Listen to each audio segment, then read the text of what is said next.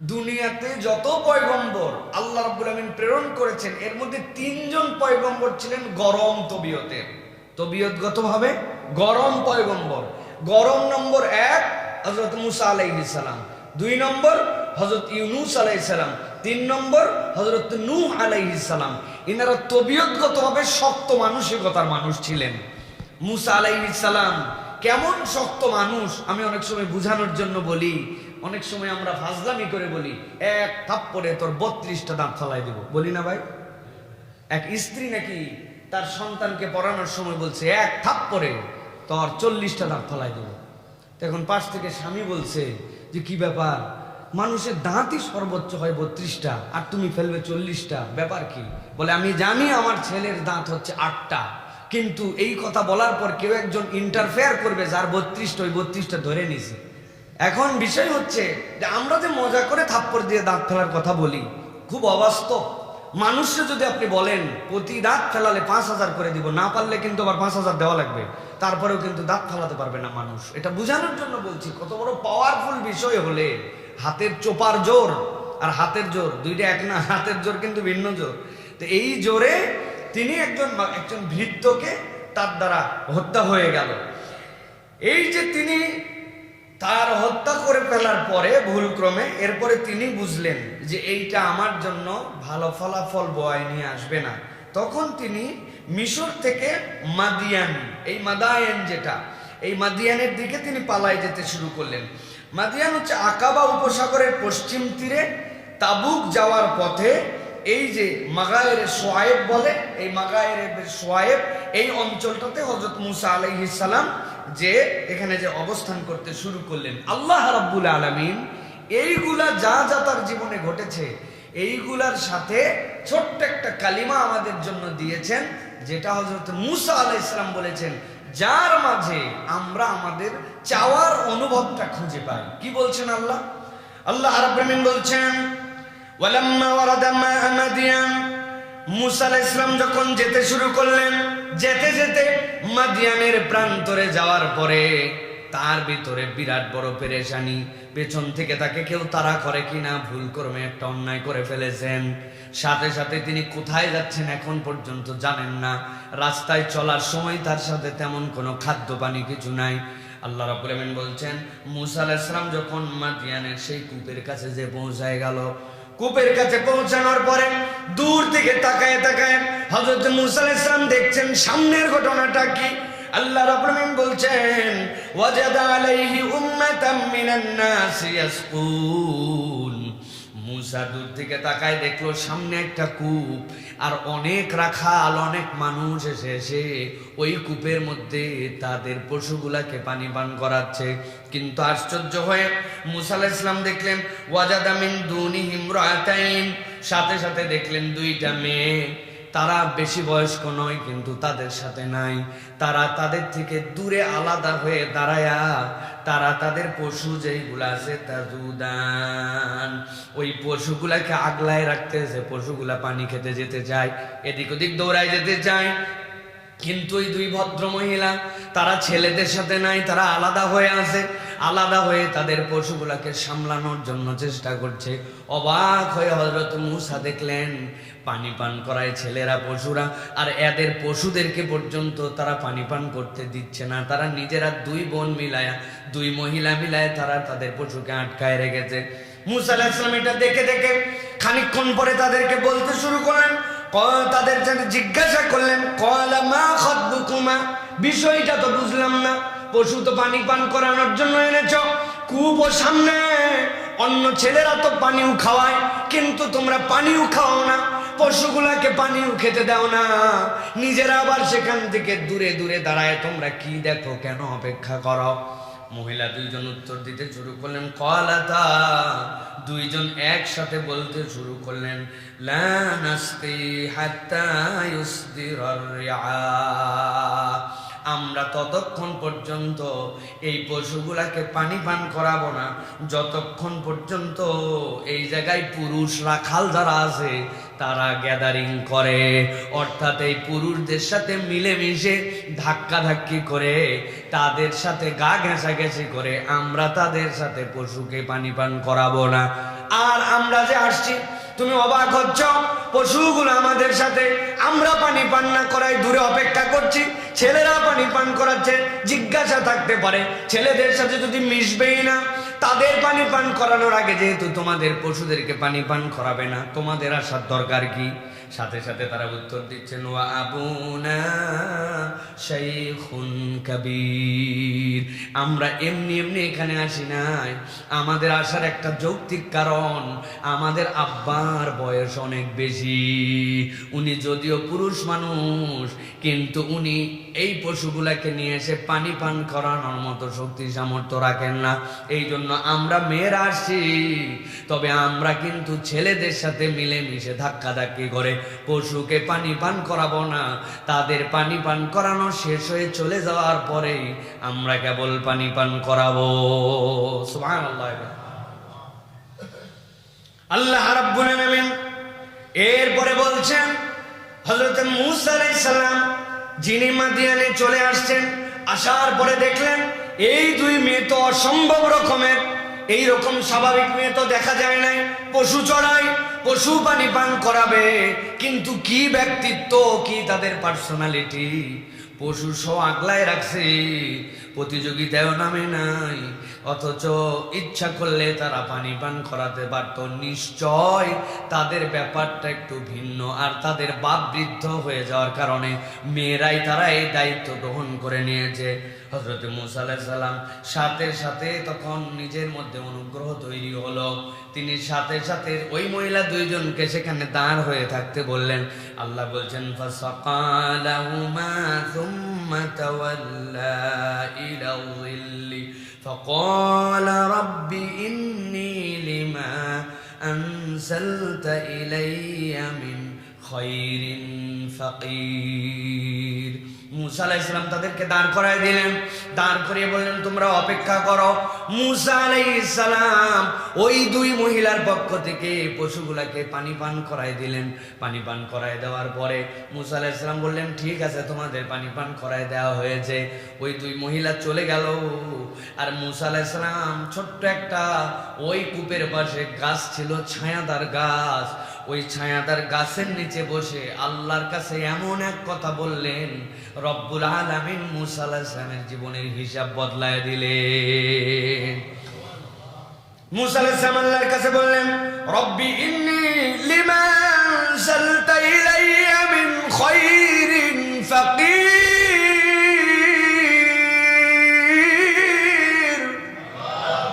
ও আমার আল্লাহ, আমি কি কারণে এখানে আসছি তুমিই জানো। আমি এমন একটা অপরাধ করে ফেলেছি যেটা করার আমার ইচ্ছা ছিল না, কিন্তু এই অপরাধে যদি আমি ধরা পড়ে যাই আমার বিপদ।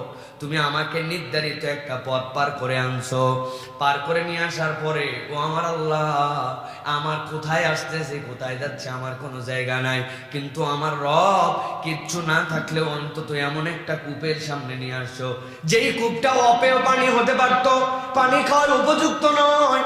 কূপ আছে কিন্তু যেই কূপের মধ্যে পানি নাই, কিন্তু রব্বুল আমিন এমন একটা কূপের সামনে এনেছো যেই কূপটা সুপেয় পানি পান করার এবং এটা ব্যবহারযোগ্য। আবার কূপের পাশে আমার জন্য একটা এমন গাছ দিয়েছো, এই জায়গায় কোনো গাছ নাও থাকতে পারতো, রব এই ছায়ার নিচে আমাকে বসাইছো। সর্বোপরি কথা আমার রব, আমি ভুল করে যে অপরাধ করেছি, এই অপরাধে তো তুমি তৎক্ষণাৎ আমার প্রতি শাস্তি দিতে পারতে, কিন্তু রব এতগুলা জিনিস পার করে আমার সামনে একটা কূপ দিছো, আমার সামনে একটা গাছ দিছো। আল্লাহ, আপনার কাছে আমি ফরিয়াদ করে বললাম, রব্বি ইন্নী লিমা আনজালতা ইলাইয়া মিন খায়রিন ফাকির। তুমি আমার জন্য যাই কল্যাণ দাও না কেন, আমি হচ্ছে তা গ্রহণ করার ব্যাপারে একজন ফকির। সুবহানাল্লাহ। ব্যাখ্যা করার কারণে মনে হচ্ছে খুব বিরাট বড় ব্যাপার, কিন্তু আপনি একটু সাধারণভাবে হিসাব করে দেখেন। রাস্তা দিয়ে চলতে চলতে আপনি কোন একটা কল পাইছেন, কোন একটা জায়গায় একটা পাঁচিল পাইছেন, পাঁচিলের পাশে একটু ছায়া আছে, এটা আপনার মাথার মধ্যে কোনো নিয়ামত বলে আপনার পরিগণিত হবে না। চলতে চলতে এরকম কল থাকবেই, পানি খাওয়ার তো কোনো জায়গা থাকবেই, রাস্তাঘাটে চলতে চলতে একটা পুকুর পাওয়া এমন কি বিষয়, একটা বাঁশঝাড়ের নিচে একটা গাছের নিচে ছায়া পাওয়া কি বিষয়, কিন্তু মুসা আলাইহিস সালাম হৃদয় থেকে এমন কথা বলেছেন, আয় রব, যা আমার জন্য তুমি দাও না কেন, আমি আল্লাহ তোমার কাছে বললাম, আমি যেই হই না কেন তোমার রহমতের ব্যাপারে আমি একজন ফকির। সুবহানাল্লাহ। আল্লাহ রাব্বুল আলামিন এই যে কথাটি তিনি বললেন এবং যে কাজ তিনি করলেন, আল্লাহ রাব্বুল আলামিন মুফাসসিরিনে কেরাম ব্যাখ্যা করছেন, চারটা বিষয় মুসা আলাইহিস সালামের সাথে ছিল, যেই চার বিষয়ের কারণে আল্লাহ রাব্বুল আলামিন মুসার জীবনের হিসাব পাল্টায় দিলেন। এক নম্বর, মুসা আলাইহিস সালাম মেয়েদের জন্য যে পশুগুলোকে পানি পান করায় দিলেন, কেউ তাকে বাহবা দিবে অথবা কেউ তাকে বলবে একটা ছেলে দেখছো মেয়েদের হয়ে এত বড় কাজ করে দিল, উনি কোন রকম ধন্যবাদ পাওয়ার আশায় কাজ করেন নাই। দুই নম্বর, মুফাসসিররা বলছেন একজন পুরুষ মানুষ যখন দেখেছে তার কোনো বোন, যেই বোন এইভাবে বিপদগ্রস্ত অসহায়ত্ব, তখন একজন পুরুষ, একজন দায়িত্বশীল মানুষ হিসাবে এই জায়গায় সহযোগিতা করাটা দায়িত্ব, এটা মুসা আলাইহিস সালাম হৃদয়ে অনুভব করেছিলেন। তিন নম্বরে, স্বীকৃতি পাওয়ার আশাটা তার মনের মধ্যে কখনো উঁকি দিয়ে উঠে নাই। এই কাজ করলাম, ধন্যবাদ পাবো না, কিন্তু একটা স্বীকৃতি তো দিবে, আশপাশের লোক আমাকে স্বীকৃতি দিবে। মুসা আলাইহিস সালামের হৃদয়ের মধ্যে এটা ছিল না। চার নম্বরে, কারো জন্য কিছু করতে চাইলে আগে হৃদয়ের উদ্দেশ্যটা ঠিক করা। মুসা আলাইহিস সালাম উদ্দেশ্যটা ঠিক করে নিয়েছিলেন যে এই কূপও আমার নয়, তারাও আমার নয়, কিন্তু আল্লাহ আমাকে যতটুকু সামর্থ্য দিয়েছেন আমি আল্লাহর জন্য কিছু একটু করতে পারি। মুফাসসিররা আয়াতে কারিমার আলোকে বলছেন এই চারটা বিষয় মুসা আলাইহিস সালামের সাথে যুক্ত হওয়ার কারণে আর নিজেকে আল্লাহর কাছে ফকির হিসেবে উপস্থাপন করার কারণে আল্লাহ রাব্বুল আমিন দুনিয়াতে যত পয়গম্বরকে যত নিয়ামত দিয়েছেন তালিকা করলে মুসা আলাইহিস সালামকে আল্লাহ রাব্বুল আমিন তার মধ্যে রেখেছিলেন। সুবহানাল্লাহ। কাল্লামাল্লাহু মুসা তাকলিমা। আল্লাহ রাব্বুল আমিন মুসা আলাইহিস সালামের সাথে কথা বলতেন। সুবহানাল্লাহি ওয়া বিহামদিহি। এমন মর্যাদাবান পয়গম্বর, এমন জলিলুল কদর আল্লাহ রাব্বুল আমিন কেন করলেন? এর আগে কিন্তু তিনি নবী হন নাই, কিন্তু এই নবুয়তের পূর্বেই তিনি এই কথা বলে বসছেন, আর আল্লাহ রাব্বুল আমিন তাকে সব দিয়া দুনিয়ার সেরা 3 পয়গম্বরের এক পয়গম্বর বানাইছেন। সুবহানাল্লাহি ওয়া বিহামদিহি। আল্লাহ রাব্বুল আমিন এত মর্যাদা তাকে দান করেছেন। প্রিয় ভাইয়েরা, এই আয়াতে কারিমার আলোকে আমি আপনাদের কাছে সংক্ষিপ্ত দু একটি কথা আরো বলতে চাই। প্রিয় ভাইয়েরা, সেটা হচ্ছে আল্লাহ রাব্বুল আলামিনের কাছে এই যে তিনি অনুভবটা বললেন, রব্বি ইন্নী লিমা আনজালতা ইলাইয়া মিন খাইরিন ফাকির, এইটা তার মূলত আল্লাহ রাব্বুল আলামিনের কাছে এই অনুভবের কারণ কি? মুফাসসিররা ব্যাখ্যা করছেন, কূপ এখানে না থাকতে পারত, রাস্তায় তিনি ধরা পড়তে পারতেন, গাছের ছায়া নাও পেতে পারতেন, এত দূর আসার আগে, কূপ পাওয়ার আগে তৃষ্ণায় তিনি মারা যেতে পারতেন, নানান অনুভব ছিল। এত অনুভবের মধ্যেও সাধারণ একটা কূপের পানি পেয়ে যখন তার হৃদয়ের এই অনুভবটা জাগ্রত হয়েছে, আল্লাহ রাব্বুল আমিন তখন তার অন্তরটাকে মাশকুর অন্তর হিসেবে কবুল করে নিয়েছেন। সুবহানাল্লাহ। মাশকুর মানে কি? মাশকুর অন্তরটা আমাদের একটু অনুভব থেকে জাগ্রত করে বুঝে নিতে হবে যে কোন হৃদয়টাকে আমরা মাশকুর বলবো। আমরা এক গ্লাস ঠান্ডা পানি পেলাম, খাবারটা সুন্দর ছিল, এরপরে আমার মুখ দিয়ে আলহামদুলিল্লাহ এটা বের হয় স্বাভাবিক, কিন্তু মাশকুর হৃদয় কাকে বলে? সালাফগণ বলছেন, দেখো কোন একটা ছেলে এসে, উদাহরণ দিচ্ছি, সমসাময়িক দিয়ে উদাহরণ দেয়, কোন একটা ছেলে এসে বলতেছে, বাবা রাস্তার পাশে একটা আইসক্রিম আলা 2 টাকা দামের একটা করে আইসক্রিম বিক্রি করছে, আমাকে একটা আইসক্রিম কিনে দাও। বাবা বলছে, খবরদার, আইসক্রিম খাবি না। বলছে, এই যে পাশে রং দেওয়া শরবত পাওয়া যাচ্ছে, কি সুন্দর গরম, বাবা মাথা ফেটে যাচ্ছে আমার, গরমে ছাতি শুকায় যাচ্ছে, ওইখানে মাত্র 5 টাকা গ্লাস শরবত, খবরদার শরবত খাবি না। খানিকক্ষণ যাওয়ার পরে বলছে, আব্বা এই জায়গাতে আমি দেখতে পাচ্ছি রাস্তার পাশে সুন্দর সুন্দর 2 টাকা করে এত বড় বড় একটা করে সিঙ্গারা বানায় রাখছে, আমাকে একটা সিঙ্গারা কিনে দাও। বাপ বলছে, খবরদার খাবি না। এখন ওই সন্তান হৃদয় থেকে এটা যদি অনুভব করে যে আমার ছাতি ফেটে যাচ্ছে তৃষ্ণায়, আমার বাপ আমাকে কিনে দিল না একটা আইসক্রিম, আমি গরমে শেষ, আমাকে দিচ্ছে না এই চমৎকার রঙিন শরবত, আমার ক্ষুধা পেটে বলছে যে বাড়িতে একটু পরে যাবি, রাস্তার পাশে অথচ 2 টাকা দাম মাত্র সিঙ্গারা, তো বড় সাইজ, আমারে খেতে দিল না। বুদ্ধিমান মানুষ তখন বলবে বাপ ভুল করছে না ঠিক করছে? ভাই এই যে দেখেন, এর নাম অনুভব। ওই ছেলের বোধের জায়গা নাই, ও বাপকে ওই জায়গাতে মনে করতেছে যে আমার বাপ আমার সাথে এরকম এরকম করলো।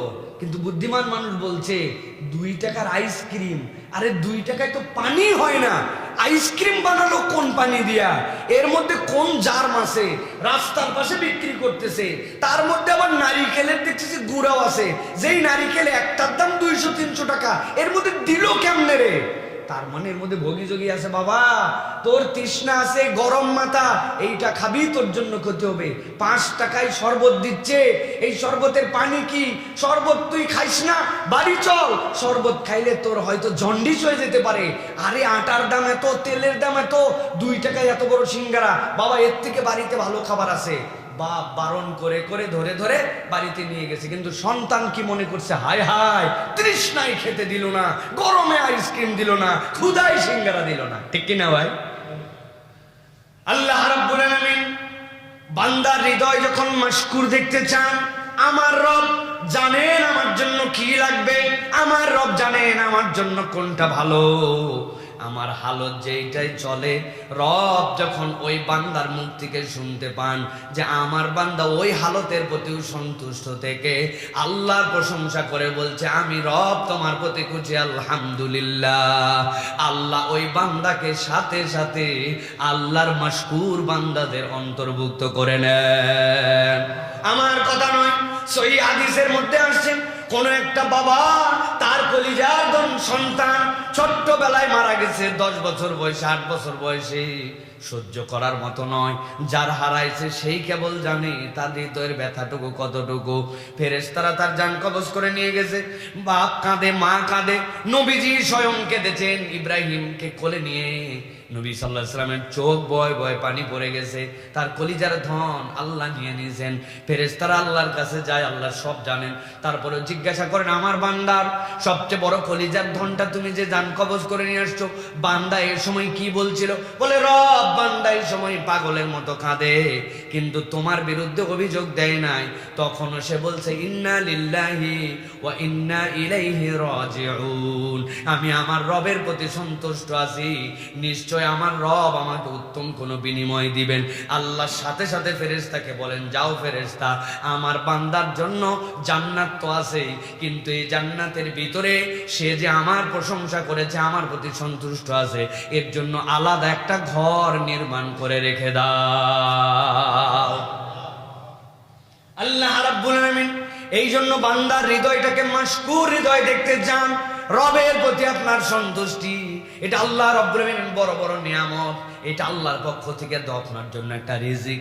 এই জন্য আল্লাহ বলছেন, মুসা যখন ডাক দে বলেছে রব্বি ইন্নী লিমা আনজালতা ইলাইয়া মিন খায়রিন ফাকির, আল্লাহ আপনার প্রতি আমি সন্তুষ্ট আছি, রব্বুল আলামিন আপনি আমার জন্য যে নিয়ামত দিয়েছেন এই নিয়ামতটা আমি আল্লাহ রব্বুল আলামিন আপনার প্রতি কৃতজ্ঞ হলাম, তবে আপনি আরো যদি কিছু দেন আমি আল্লাহ রব্বুল আলামিন আপনার প্রতি আল্লাহর পক্ষ থেকে অনুগ্রহ নেওয়ার জন্য প্রস্তুত আছি। রব্বুল আলামিন বলছেন, এরপর আল্লাহ রব্বুল আলামিন ওই ব্যক্তির জন্য কি করলেন? ওই ব্যক্তির এই উপস্থাপনা, তখনও তিনি ব্যক্তি, তখনও তিনি পয়গম্বর নয়। আল্লাহ রাব্বুল আলামিন তার এই ফকির শব্দ কেমন পছন্দ করলেন? তাফসীর কারকরা বলছেন তিনি মিসকিন নিজেকে না বলে ফকির কেন বললেন? ফকির বলার কারণ আল্লাহ রাব্বুল আলামিন যে খাতগুলা কোরআনে বর্ণনা করেছেন, ইন্নামাস সাদাকাতু লিল ফুকারা ওয়াল মাসাকিন, মিসকিনের আগে ফকিরের অবস্থান। আল্লাহ রাব্বুল আলামিন ফকিরকে কি বুঝিয়েছেন? লিসানুল আরবের মধ্যে আছে মিসকিনের তাও কিছু আছে, কিন্তু ফকিরের কিছুই থাকে না। মিসকিনের যে কিছু আছে তার প্রমাণ কি? কোরআন বলছে আম্মাস সাফিনাতু ফাকানাত লিমাসাকিনা ইয়ামালুনা ফিল বাহর, আল্লাহ রাব্বুল আলামিন বলছেন ওই যে ডুবাই দিলেন তার দরিয়ার মধ্যে যাওয়ার পরে, পার হওয়ার পরে তার নৌকাটা, জিজ্ঞাসা করতাম, নিষেধ করেছেন কিন্তু দরিয়ায় ডুবাই দেওয়া। আল্লাহ সেই জায়গায় বলছেন এটা হচ্ছে দুইজন মিসকিনের, তাদের একটা নৌকা আছে, তার মানে মিসকিন ফকিরের থেকে একটুখানি উন্নত গ্রেডের, মিসকিন ফকিরের থেকে একটুখানি এগিয়ে, কিন্তু নিজেকে তিনি যখন ফকির বলে উপস্থাপন করেছেন, আল্লাহ রাব্বুল আমিন বলছেন ফাজাআতহু ইহদাহুমা তামশি আলা ইসতিহয়াইন ক্বালাত ইন্না আবি ইয়াদউকা লিয়াজজিয়াকা আজরা মা সাকাইতা লানা। এক বোন এসে বলল, আপনার জন্য আল্লাহ রাব্বুল আলামিন আপনি আমাদের জন্য যে উপকার করেছেন, আব্বার কাছে আমরা গল্প করেছি, আব্বা বলছেন আপনাকে এর জন্য কিছু বিনিময় দান করবেন, মেহেরবানি করে আপনি আমাদের বাপের কাছে চলেন। হযরতে মূসা আলাইহিস সালাম ওই জায়গাতেও এমন ধরনের চরিত্র দেখিয়েছেন, মেয়েটার বাড়ি সে চিনে, কিন্তু মেয়েটাকে তিনি বলছেন আমি আগে আগে যাই, তুমি পিছন থেকে বলবা কখন ডানে যেতে হবে কখন বামে যেতে হবে, কেননা একটা মেয়ে সামনে হেঁটে যাবে আর পিছন থেকে ছেলে অনুসরণ করলে তার শরীরের দিকে, তার অবয়বের দিকে তার দৃষ্টি যেতে পারে। এই জন্য বলছেন তুমি তোমার বাড়ি তুমি চিনো, কিন্তু আমাকে সামনে দিয়ে পিছন থেকে বলবা ডানে যান বামে যান, তুমি পিছনে থাকো, তোমার অনুসরণ করে আমি যাই। হযরতে মূসা বাড়িতে আসলেন, বাকি বিষয় আমাদের বলার উদ্দেশ্য নয়। এরপরে তার সাথে কথা হলো, তার বিনিময় দেওয়ার ক্ষেত্রে তার সন্তানরা বলল আপনি তাকে কর্মচারী হিসেবে লাগান, কিন্তু তিনি বললেন না, আমি আমার দুই কন্যার মধ্যে থেকে একজনকে তোমার সাথে বিবাহ দিতে চাই, 8 বছর আমার হয়ে তুমি কাজ করবা আর আমাকে তুমি পাবা ইনশাআল্লাহ মিনাস সলিহিন, নেককারদের মধ্যে। তবে যদি 10 বছর পূর্ণ করে, এটা তোমার ব্যাপার। মূসা আলাইহিস সালাম দেখলেন খাওয়ার জায়গা নাই, থাকার জায়গা নাই, ফেরার আসামি। আল্লাহ রাব্বুল আলামিন তার এই প্রশংসা আর এই কাজকে এমন কবুল করলেন, থাকার জায়গা দিলেন, নিরাপত্তা দিলেন, 10 বছরের বন্দোবস্ত দিয়ে দিলেন, উত্তম স্ত্রী দিলেন। আল্লাহ রাব্বুল আলামিন তার জন্য রিজিকের ওয়াসাত দান করে দিলেন। শুধু নিজেকে আল্লাহর কাছে উপস্থাপন করতে হয়, বলার ভাষা, পয়গম্বরদের বলার ভাষাগুলা। এই জন্য কোরআনুল কারীম ব্যাপকভাবে উল্লেখ করেছে। জাকারিয়া আলাইহিস সালাম কি বলেছেন, রব্বি লা তাযারনি ফারদান ওয়া আনতা খায়রুল ওয়ারিসিন। এগুলো একটু পড়বেন আপনারা, হ্যাঁ, বাড়িতে যে এইটুকু বলেই তো শেষ করা যায় না, এইগুলো হচ্ছে হৃদয় থেকে যেন আমাদের জাগরুক হয়। রব্বি লা তাযারনি ফারদান, আল্লাহ বাচ্চা কাচ্চা নাই, সন্তান নাই, কিচ্ছু নাই, আপনি আমাকে আল্লাহ একাই ছেড়ে দিয়েন না। মানে আল্লাহ আপনি আমাকে একটা সন্তান দেন, আল্লাহ আপনি আমার জন্য একটা নেক ওয়ারিসের ব্যবস্থা করেন। সাথে সাথে আবার বলতেছেন আল্লাহ না হলে তাই কি, ওয়ান্তা খায়রুল ওয়ারিসিন। এরকম না যে আমার না হলে আমার বয়ে যাবে, না না না, আপনি আমার উত্তম ওয়ারিস, আপনি আমার উত্তম ব্যবস্থাপক, আপনি আমার উত্তম উত্তরাধিকার। কার নাম আল্লাহ কিয়ামত পর্যন্ত টিকায় রাখবেন সন্তান দিয়ে নয়, আল্লাহ চাইলে টিকায় রাখতে পারেন। এই জন্য জাকারিয়া আলাইহিস সালামকে আমরা ভুলতে পারি নাই, আল্লাহ কথাটা উল্লেখ করে দিয়েছেন। এই জন্য জাকারিয়া বলল আল্লাহ দিলে ভালো, তবে আপনি কিন্তু আগাই, এটা আবার বুঝেন না যে আমি চাচ্ছি আপনাকে বাদ দিয়ে। আল্লাহ এমন দেওয়া দিয়েছেন, জাকারিয়া আলাইহিস সালামের সন্তানকে আল্লাহ এমন নামে সম্বোধন করছেন, দুনিয়াতে এই নামে এর আগে কোনো পয়গম্বর ছিলেন না, এবং আল্লাহ রাব্বুল আমিন নিজে তাকে ওই রুশজাত পয়গম্বর দান করছেন। সুবহানাল্লাহ। আল্লাহ কবুল করলে কেইসা কবুল করা করে। ওয়া আইয়ুবা ইয নাদা রাব্বাহু আন্নী মাসসানি আদ-দুর, আল্লাহ বহুদিন ধরে আমি অসুস্থ, আল্লাহ এতদিন কিচ্ছু বলি নাই, আজকে আমাকে সকালে যে খাবার দিতে আসে, বিকালের বন্ধুর কাছে সে যাওয়ার সময় বলতেছে এত লোক ভালো হলো, আইয়ুব ভালো হয় না, নিশ্চয়ই এমন কোন পাপ আছে যেই পাপের কারণে আইয়ুব ভালো হয় না। আল্লাহ এতদিন কিছু বলি নাই, আজকে তোমার সাথে আমার কথা আছে। বিকালের বন্ধুকে বলছে তুমি একটু বাইরে যাও, আল্লাহর কাছে বলতে শুরু করছে তুমি সব জানো, যখন আমি সুস্থ ছিলাম সকাল থেকে সন্ধ্যা পর্যন্ত কাজ করেছি, কায়িক শ্রম দিয়ে পরিবারকে খাওয়াবো, বাচ্চাকে খাওয়াবো, সন্ধ্যার সময় খাবারটা রেখে জানলার পাশে দাঁড়াইছি, দেখি বাইরে 2 জন লোক ঝগড়া লাগাইছে, এমন ঝগড়া, ওই 2 জনের ঝগড়া খেয়াল করে শুনলাম কি ঝগড়া, দেখি ঝগড়ার সাবজেক্ট অন্য কিছু নয়, আল্লাহকে নিয়ে ঝগড়া করে। কথা বলতে বলতে একজন আরেকজনকে গালি দিয়ে দিল, এমন গালি দিল আমি তো অবাক হয়ে গেলাম। আল্লাহকে গালি দিছে, কিয়ামতের দিনে তো ফেসে যাবে। রব্বুল আমিন আমি সাথে সাথে তওবা করানোর জন্য বাহিরে বের হলাম, আশ্চর্য হয়ে গেলাম, বের হতে দেরি, দুইজন হারাই যেতে দেরি নাই, খুঁজে আর দুইজনকে পেলাম না, কি করব পেরেশান, বাড়িতে অভুক্ত, আমি অভুক্ত, সারা দিনের পরিশ্রম, সকল খাবার নিয়ে বাইরে চলে আসলাম, মিসকিন তালাশ করতে শুরু করলাম, একটা মিসকিন পাওয়ার সাথে সাথে সব খাবার দিয়ে দিলাম, দেওয়ার পরে নিয়ত করলাম মনে মনে, আমার রব কিয়ামতের দিনে আমার ওই ভাইটা তোমাকে গালি দেওয়ার কারণে আটকাই যেতে পারে, কিন্তু তুমি বলেছো সাদাকা দিলে তুমি বিপদ দূর করে দাও, ওই ভাইয়ের পক্ষ থেকে আমরা ফ্যামিলি অভুক্ত থেকে আজকে দান করে দিলাম। সুবহানাল্লাহ। এতদিন বলি না আল্লাহ, আজকে বলছো বলে আমার নাকি এমন কোন গুনাহ আছে যেই গুনার কারণে নাকি আমার অসুখ ভালো? বললাম ওয়াইয়ুব ইয নাদা রাব্বাহু আন্নী মাসানি আদ-দুর ওয়া আনতা আরহামুর রাহিমিন। আয় রব আমি অসুস্থ, ভালো ডাক্তারের ব্যবস্থা করে দাও, এমন ওষুধ দাও যে ওষুধ লাগানোর সাথে সাথে ভালো হয়ে যাবে। না না না আল্লাহ না, আমি যখন অসুস্থ তখন আমার অনুভব হচ্ছে ওয়া আনতা আরহামুর রাহিমিন, আমি নিজেকে নিজে যতটুকু না ভালোবাসি আমার রব তার থেকে বেশি আমাকে ভালোবাসে। দয়াবানদের দয়াবান আমার রব, আমি আমার নিজের জন্য যা ব্যথা পাই তার থেকে বেশি ব্যথা অনুভব করেন যিনি, তিনি হচ্ছেন হালিম। হালিম কাকে বলে? হালিম মানে কি?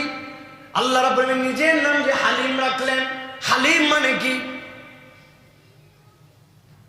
কোন একটা বাপ সন্তান হারায় ফেলছে, 12 বছর 13 বছর 15 বছরে একটা সন্তান মারা গেছে, ফিল করেন ওই বাপ সন্তান হারানোর ব্যথাটা অন্তরে যেভাবে অনুভব করবে। আমি হুজুরের কাছে এসে বলছি হুজুর আপনি একটু দোয়া করবেন, আমিও শুনে আহারে পানিতে পড়ে আগুনে পুড়ে এইভাবে মারা গেল, ইস ব্যথায় আমার অন্তর জ্বলে। কিন্তু ঈমান সহি থাকলে বিশ্বাসের আলোকে জিজ্ঞাসা করব, বলেন তো ওই বাপ তার সন্তান হারানোর ব্যথা যেভাবে অনুভব করছে হুজুর কিয়ামত পর্যন্ত বিশ্বাস করলে অনুভব করতে পারবে? দুনিয়ার কেউ পারবে? কিন্তু হালিম মানে ওই রব যে বান্দা অনুভব করতে পারে হৃদয়ে তার ব্যথা যতটুকু আল্লাহ সমভাবে তার থেকে বেশি অনুভব করতে পারেন, জন্যই আল্লাহ হালিম। এই জন্য প্রিয় ভাইয়েরা, হৃদয়ের মধ্যে অনুভব জাগ্রত করা, আমি এই জন্য বলি চাওয়ার অনুভব আর পাওয়ার আমাদের যে আবেদন, এই দুটো যদি একবার মিলে যায় রব দেওয়ার জন্য তৈরি আছেন, কিন্তু আমরা নেওয়ার জন্য রেডি নাই, ঠিক কি না প্রিয় ভাইয়েরা?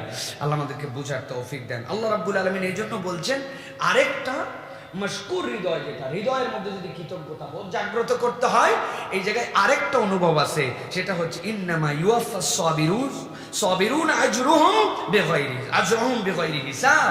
আল্লাহ রাব্বুল আলামিন বলছেন যে তোমাদের মধ্যে যারা রবের প্রতি সবর করবে আল্লাহ বলছেন আমি দিব বেহিসাব। সুবহানাল্লাহ। বেহিসাব মানে কি ভাই? হিসাব ছাড়া, তাই না ভাই?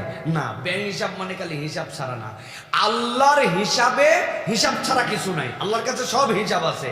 আল্লাহ বুঝাতে চান তুমি মিলাতে পারবে না, রব কিভাবে দিবেন? সুবহানাল্লাহ। সবগুলো আমি মিলাতে পারবো না, আমার রব আমাকে কিভাবে দিছেন আমি মিলাতে পারবো না, আমার রব আমার সাথে কিভাবে আমার নিয়ামত দিয়ে আমাকে ধন্য করেছেন। এই জন্য এই অনুভবটা, এই সবরটা, যে আল্লাহর কাছে চাওয়া এবং সাথে সাথে সবর করা, এটা হচ্ছে বিরাট বড় রব্বুল আলামিনের পক্ষ থেকে নিয়ামত। প্রিয় ভাইয়েরা, আমি যে আল্লাহর কৃতজ্ঞ, আমি যে আল্লাহর প্রতি ধৈর্যশীল, আমি যে পাওয়ার জন্য আল্লাহর কাছে মুখাপেক্ষী, কি দিয়ে বোঝা যাবে? দুইটা হাদিস বলবো, বলে আলোচনা শেষ করব। রাসূলুল্লাহ সাল্লাল্লাহু আলাইহি ওয়াসাল্লাম বলছেন ইউহশারুন নাস ফি সাঈদিন ওয়াহিদিন ইয়াউমাল কিয়ামাতি ফায়ুনাদি মুনাদিন ফায়াকুল। নবী সাল্লাল্লাহু আলাইহি ওয়াসাল্লাম বলছেন কিয়ামতের দিনে মানব মণ্ডলীকে একটা ময়দানে একত্রিত করা হবে, এরপরে একজন ডাক দেনেওয়ালা ডাক দিবে, কি বলবে? আইনাল্লাযীনা কানাত তাতাজাফা জুনুবুহুম আনিল মাদাজি'। ওই লোকগুলা কোথায় যারা নিজেদের পৃষ্ঠদেশকে রাত্রিবেলা বিছানা থেকে বিচ্ছিন্ন রেখেছিল? কি জন্য? ইংলিশ প্রিমিয়ার লিগ দেখার জন্য। কোথায় তারা? যাদের পিঠগুলো বিচ্ছিন্ন ছিল, বিছানা থেকে নিজেদের পার্শ্বদেশকে দূরত্ব রেখেছিল, ফায়াকুমুনা ওয়া হুম কালিল, নবীজি বলছেন উঠবে কিন্তু খুব কম লোক। আল্লাহ রাব্বুল আলামিন বলবেন ফায়াদখুলুনাল জান্নাতা বিগাইরি হিসাবিন সুম্মা ইউমারু লিসাইরিন নাস ইলাল হিসাব। আল্লাহ বলবেন এদেরকে বিনা হিসাবে আগে জান্নাতে ঢুকাও, তারপরে কিয়ামতের ময়দানে হিসাবের জন্য অন্যদেরকে দাঁড় করাও। সুবহানাল্লাহ। বিগাইরি হিসাব বুঝছেন? হিসাব ছাড়া কি জিনিস? এটা হচ্ছে হিসাব ছাড়ার হিসাব। ওই মানুষ আল্লাহ রাব্বুল আলামিন যাদের ধৈর্য, যাদের মশকুর অন্তরের কারণে রব এই নিয়ামত দিবেন। বলেন তো ভাই, ধৈর্য ছাড়া তাহাজ্জুদ ওঠা যায়? এত সোজা? মোবাইল অনেকক্ষণ ঠেলা যায়, 11টা থেকে ঠেলতে ঠেলতে স্ক্রিন টাইম টেস্ট করে দেখেন 2টা বেজে যায়, বোঝা যায় না। রিলসের পরে রিলস, ইউটিউবের পরে ইউটিউব, ফেসবুকিং এর পরে ফেসবুকিং, কোনো নেট নাই, তখন গ্যালারির মধ্যে ঢুকে সাবেক ছবি দেখে আবার। আছে না ভাই? তাও তো কিছু করা যায়, কিন্তু এত সহজ নয় যে ধাম করে পিঠটা উঠাই দিয়ে জায়নামাজে আল্লাহর জন্য দাঁড়ায় যাওয়া। এটা এত সহজ নয়। আল্লাহ কেন বিনা হিসাবে এদেরকে জান্নাতে দিবেন? রব তো আদেল। রাত্রে উঠলো আর রব্বুল আমিন তাদেরকে জান্নাত দিয়ে দিলেন বিনা হিসাবে। আল্লাহ রব্বুল আমিন কেন তাদেরকে জান্নাতে দিবেন? একটা হাদিস শোনেন, আল্লাহ বিনা হিসাবে দিবেন কিন্তু বিনা আদালতে দিবেন না। নবী করিম সাল্লাল্লাহু আলাইহি সাল্লাম বলছেন, ইন্না ফিল লাইলি লাসাআতান লা ইউয়াফিকুহা রাজুলুন মুসলিমুন ইয়াসআলুল্লাহা ফিহা খায়রাম মিন আমরিদ দুনিয়া ওয়াল আখিরাহ ইল্লা আতাহু ইয়্যাহ। নবীজি বলছেন, এই দুনিয়ার মানুষ, তুমি খালি ওই লাইলাতুল কদরের রাতকেই মনে করছে এক রাত না। মুমিন মুসলিমের জন্য প্রত্যেকটি রাত্রে এমন একটি সময় আছে যেই সময় বান্দা আল্লাহর কাছে দুনিয়া আখিরাতের কিছু চাইলে আল্লাহ রাব্বুল আমিন ইল্লা আতাহুল্লাহু ইয়া, আল্লাহ বান্দাকে দিয়েই থাকেন। সুবহানাল্লাহ। আল্লাহ দেনই বান্দাকে।